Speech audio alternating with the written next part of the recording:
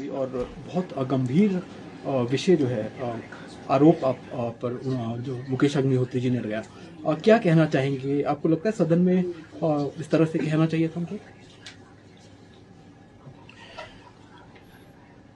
देखिए, कांग्रेस पार्टी में जो अंदरूनी लड़ाई चल रही है वो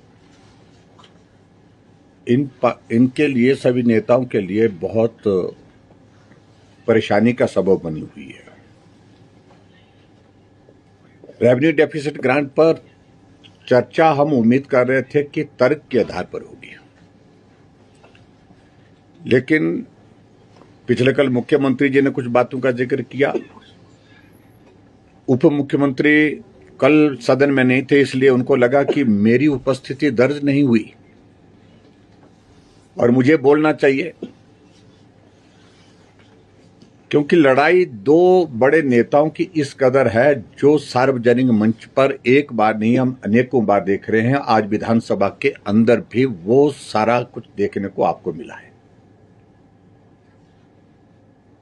और मैं उम्मीद करता था कि मुकेश अग्निहोत्री जो है वो लॉजिकल बात करेंगे और इसका रास्ता क्या है, तरीका क्या है और सरकार का पक्ष क्या है, मुख्यमंत्री जी स्पष्ट नहीं कर पाए कि हमको करना क्या है। और ना ही आज जब उप मुख्यमंत्री बोल पाए वो भी स्पष्ट नहीं कर पाए कि उनको करना क्या है। आर्टिकल 275(1) का जिक्र करते रहे और 271 आर्टिकल में बड़ा क्लियर है कि रेवेन्यू डेफिसिट ग्रांट का जिक्र उसमें नहीं है। सेंट्रल ग्रांट्स का उसमें जिक्र है और उसमें विशेष तौर से जो ट्राइबल का सेक्शन है, समाज है, एरिया है, उनके क्षेत्र में डेवलपमेंट के काम ठीक तरह से हो, उन सारी चीजों को लेकर के उसमें फोकस ज्यादा किया, उसका रेफरेंस किया उसमें। और ट्राइबल के संदर्भ में तो मैं इतना कहना चाहूंगा कि कांग्रेस पार्टी विरोध कर रही है। जो हाटी का इलाका हम ट्राइबल के एरिया में डालना चाह रहे हैं, उसके समर्थन में आज तक नहीं है। और दूसरी बात, सिर्फ और सिर्फ उनको यह दिखाना था मुख्यमंत्री जी को कि इस रेवेन्यू डेफिसिट ग्रांट के मामले में मैं भी बोल रहा हूं और कांग्रेस पार्टी के हाईकमान को दिखाना था, इसलिए वो आज बोले। इसलिए उनकी बात में ना कोई तर्क था और ना ही कोई तथ्य था। अब हम उनसे सीधे बात, क्योंकि पिछले कल नहीं थे, मैंने विधानसभा के अंदर बड़ा स्पष्ट शब्द में कहा था कि 12-13 में जो 12वां वित्त आयोग था, यानी कि मैं 12वें वित्त आयोग की बात कर रहा हूं, 13वां वित्त आयोग, जब कांग्रेस की सरकार थी, मनमोहन सिंह प्रधानमंत्री थे, 10 साल के कार्यकाल में रेवेन्यू डेफिसिट ग्रांट का मात्र 18,000 करोड़ रुपए हिमाचल प्रदेश को मिला। और जब से मोदी जी प्रधानमंत्री बने हैं, 14वें और 15वें वित्त आयोग में हिमाचल प्रदेश को रेवेन्यू डेफिसिट ग्रांट का 78,000 करोड़ मिला है।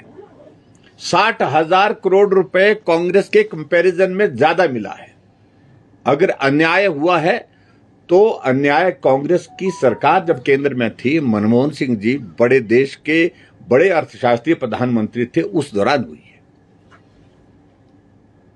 आज हिमाचल प्रदेश के सारे डेवलपमेंट के प्रोजेक्ट तो केंद्र सरकार से चल रहे हैं।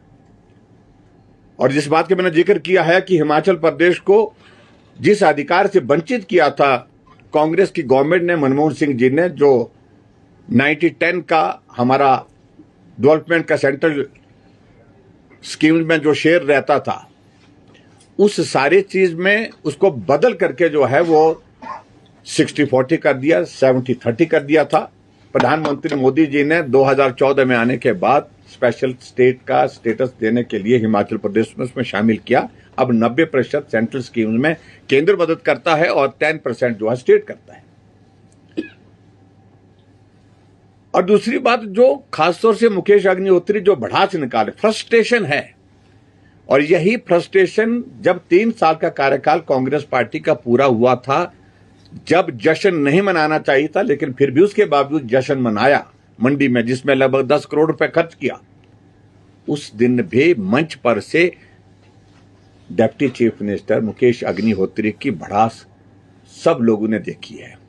ऐसे नहीं चलेगा सुक्खू जी। ये मुख्यमंत्री को संदेश था उनकी ओर से साफ शब्दों में, और खासतौर से हम निपटाएंगे, रात के अंधेरे में निपटाएंगे, ये भाषा का इस्तेमाल किया था। और इसी तरह की भाषा का इस्तेमाल आज विधानसभा के अंदर कर रहे थे। और आज खासतौर से जो बार बार एक बात का जिक्र करते हैं कि जयराम जाते हैं और जाकर के केंद्र से पैसा रोक करके आ जाते हैं, सबूत है आपके पास? ये मैं विचार कर रहा हूं गंभीरता से, ये एक तरह का प्रिविलेज का विषय बनता है। गंभीर आरोप है ये, और बहुत दुर्भाग्यपूर्ण।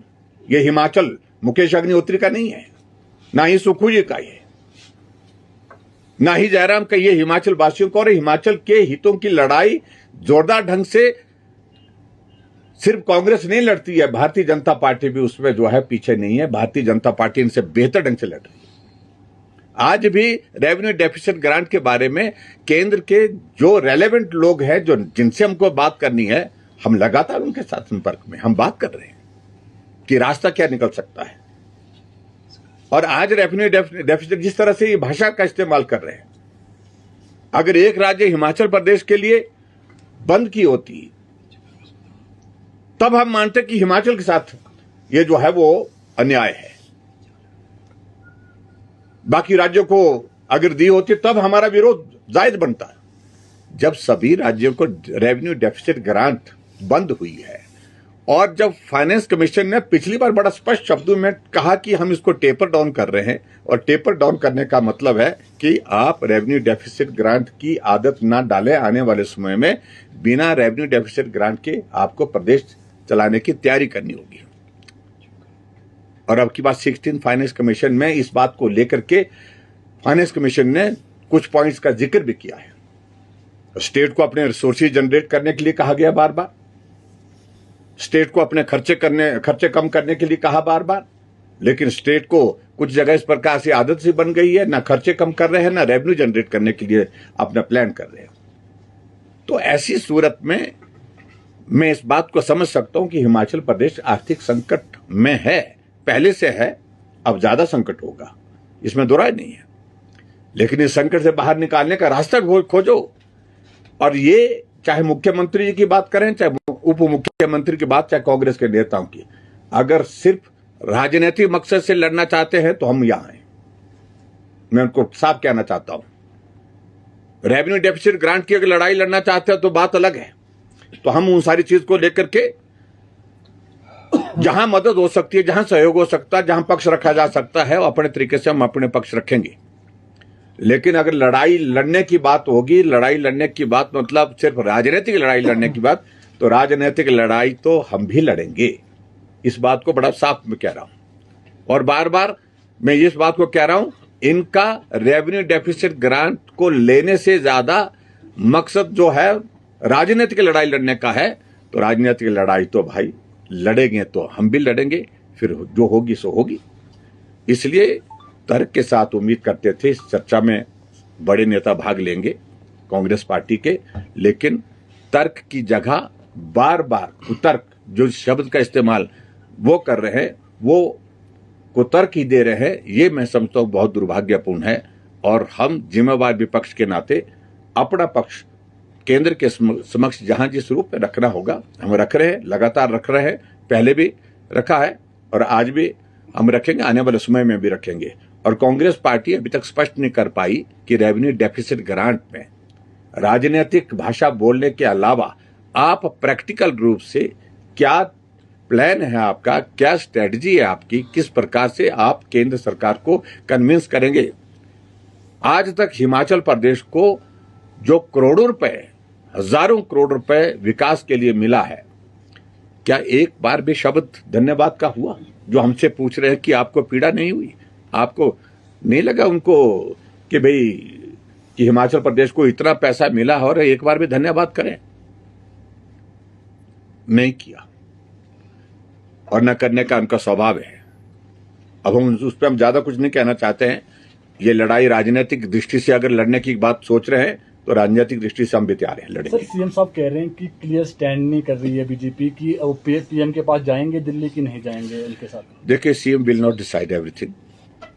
उनका आग्रह करने का अधिकार है, लेकिन उसके बाद हम उन सारी चीजों पर हम विचार करेंगे। हमारी पार्टी सक्षम है अपनी बात को प्रधानमंत्री जी के सामने, केंद्र की सरकार के सामने रखने के लिए।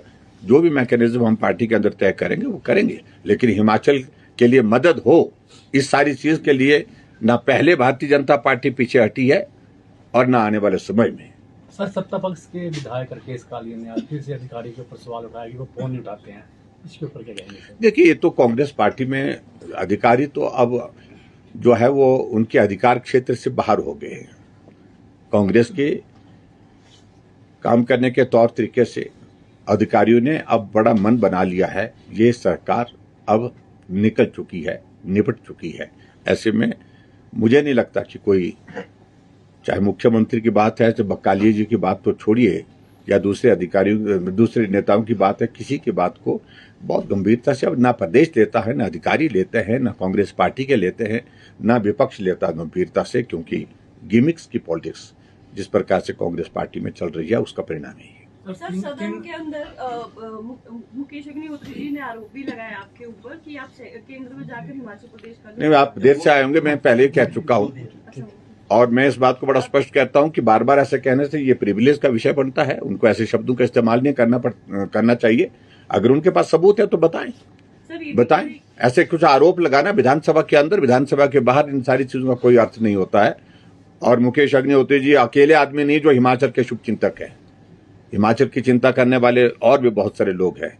और हम इस बात को कह सकते हैं, हिमाचल प्रदेश में जिस प्रकार से कांग्रेस पार्टी इस बात को खड़ा करने की कोशिश कर रहे हैं कि हम ही हिमाचल के हितों की लड़ाई लड़ रहे हैं, ऐसा कभी हुआ नहीं। अगर हितों की लड़ाई लड़ रहे होते तो मनमोहन सिंह जी 10 साल तक प्रधानमंत्री रहे तो 60,000 करोड़ रुपए का नुकसान हुआ हिमाचल प्रदेश को, जो दिया जा सकता था, जो जिसका मैं जिक्र कर रहा हूं, जो रेवेन्यू डेफिसिट ग्रांट की एक चीज में 18,000 करोड़ रुपए उनके दौरान मिला 10 साल में, और 78,000 मोदी जी के सरकार में मिला हिमाचल प्रदेश का। इसका जवाब कांग्रेस के नेताओं के पास है। कर्नाटक की सरकार कांग्रेस पार्टी की हिमाचल को रेवेन्यू डेफिसिट ग्रांट का विरोध करती है। इसका जवाब कांग्रेस पार्टी के पास है नहीं है। इसलिए वो बेहतर होगा कि वो अपनी बात कहे केंद्र के सामने, लॉजिक के साथ, तर्क के साथ, शांति के साथ और प्यार के साथ बात करे। और ये कन्फ्लिक्ट, कन्फ्रंटेशन ये किसी तरह से भी उचित नहीं है। एक सर ये भी आरोप लगा रहे हैं कि आरडीजी की चिंता नहीं है विपक्ष को, चुनावों की बात कर रहा है विपक्ष। देखिए, इस बात को लेकर के मैं बड़ा स्पष्ट करता हूं, मैं राजनीतिक दल का कार्यकर्ता भी हूं, विपक्ष के नेता के साथ साथ में भारतीय जनता पार्टी का कार्यकर्ता जहां मिलता है, जहां हम कार्यक्रमों में जाते हैं, वहां पर अगर हमने बात कही तो बात हमने एक ही कही कि सरकार का लगभग 3.5 साल का कार्यकाल पूरा हो रहा है। और 3.5 साल का कार्यकाल पूरा होने का मतलब है कि अब आने वाले विधानसभा के चुनाव की तैयारी का वक्त शुरू हो गया है। अब हमको तैयारी करनी चाहिए, जो हमारे सामने चुनौती है। क्या गलत बोला उसने, और उनसे पूछ के करना हमने कि पार्टी में हमको क्या बोलना है। इसलिए उन सारी बातों का कोई मतलब नहीं है। ढूंढे नहीं मिलेंगे, मुख्यमंत्री जगह ढूंढ रहे, कहां से चुनाव लड़ूं। उधर से भाभी जी अट गई है, मैं तो यहीं से लड़ूंगी। अब वो तलाश रहे हैं, सर्वे कर रहे हैं कई जगह। और मुकेश जी तो अपने आप कह चुके हैं कि मेरा चुनाव लड़ने का मन नहीं है। बड़े बड़े नेता कह रहे हैं तो छोटों का क्या हाल होगा। ये तो आप मान करके चलिए, बड़े बड़े कांग्रेस के नेता चुनाव के मैदान से भागेंगे इस बार।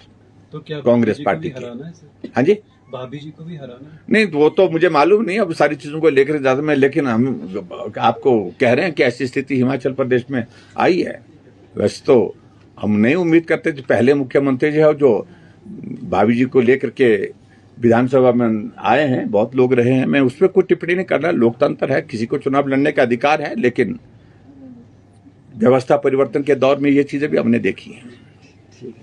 थैंक यू भाई, थैंक यू।